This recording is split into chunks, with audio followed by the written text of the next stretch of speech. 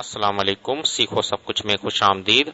दोस्तों, आज हम पिवट चार्ट क्रिएट करना सीखेंगे माइक्रोसॉफ्ट एक्सेल में। इस वक्त हमारे पास एआर ट्रेडर प्राइवेट लिमिटेड की एक्सपोर्ट सेल्स रिपोर्ट है, जिसमें date, product, country, unit price, quantity और अमाउंट दिया गया है।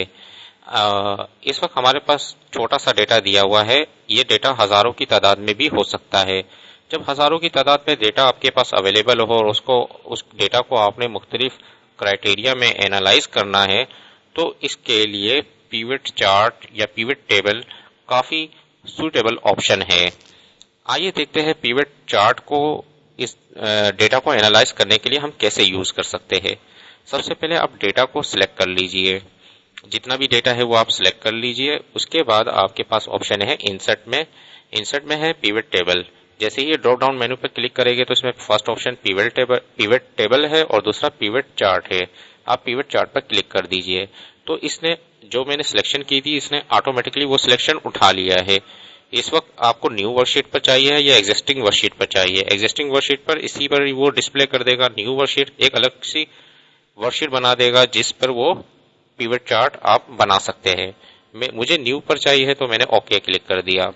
इस वक्त न्यू वर्कशीट बन चुकी है जिस पर पिवट चार्ट आप बना सकते हैं। आइए पहले देख लेते हैं कि इसमें कौन कौन सी ऑप्शन है। इस वक्त हमारे पास जितने भी हेडर थे चार्ट में, वो सब के सब हेडर्स जो हेडलाइंस है वो आपकी यहाँ शो हो गई है।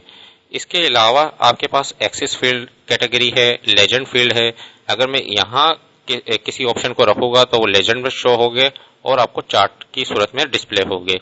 इसी तरीके से एक्सिस कैटेगरी, अगर एक्स एक्सिस में आपने मुख्तलिफ कैटेगरी को डिस्प्ले करवाना है तो वो आप यहाँ रख सकते हैं।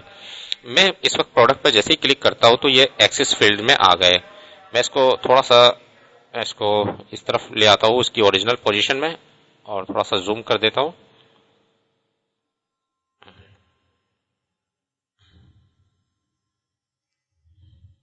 थोड़ा सा जूम करने के बाद इस वक्त आप देख सकते हैं कि पिवट चार्ट में जितनी भी जो प्रोडक्ट थी वो यहाँ शो हो गई और पिवट टेबल में और पिवट चार्ट आपको यहाँ शो कर रहा है। इस वक्त आप देख सकते हैं।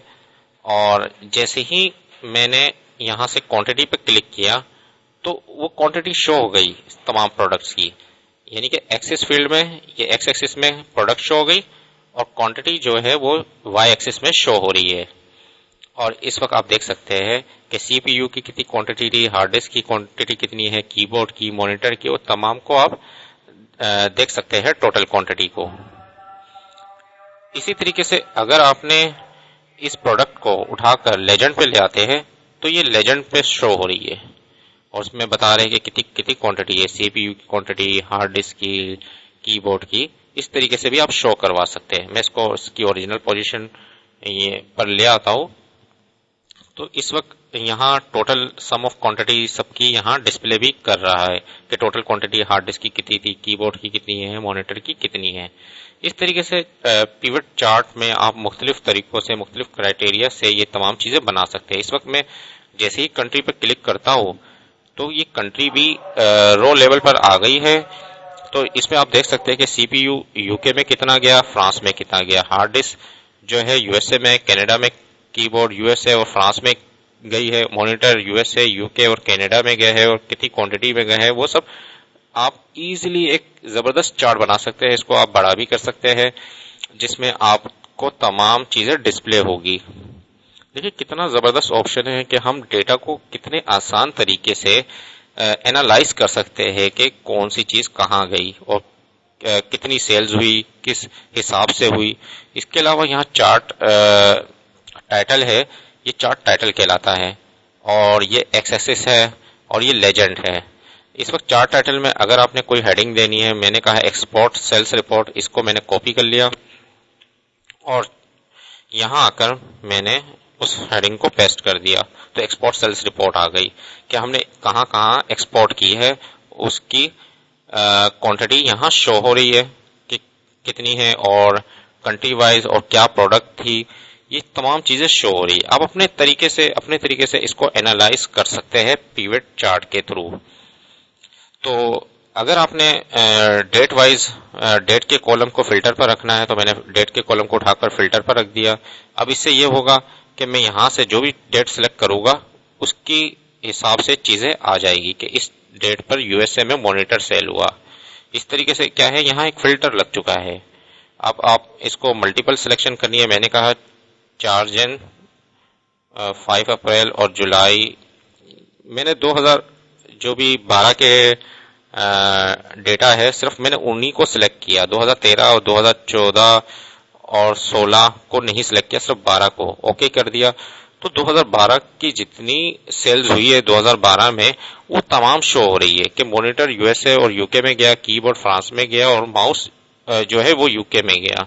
कितनी आसानी से आप 2012 की इंफॉर्मेशन यहाँ देख सकते हैं क्योंकि हमने फिल्टर लगा दिया डेट वाइज।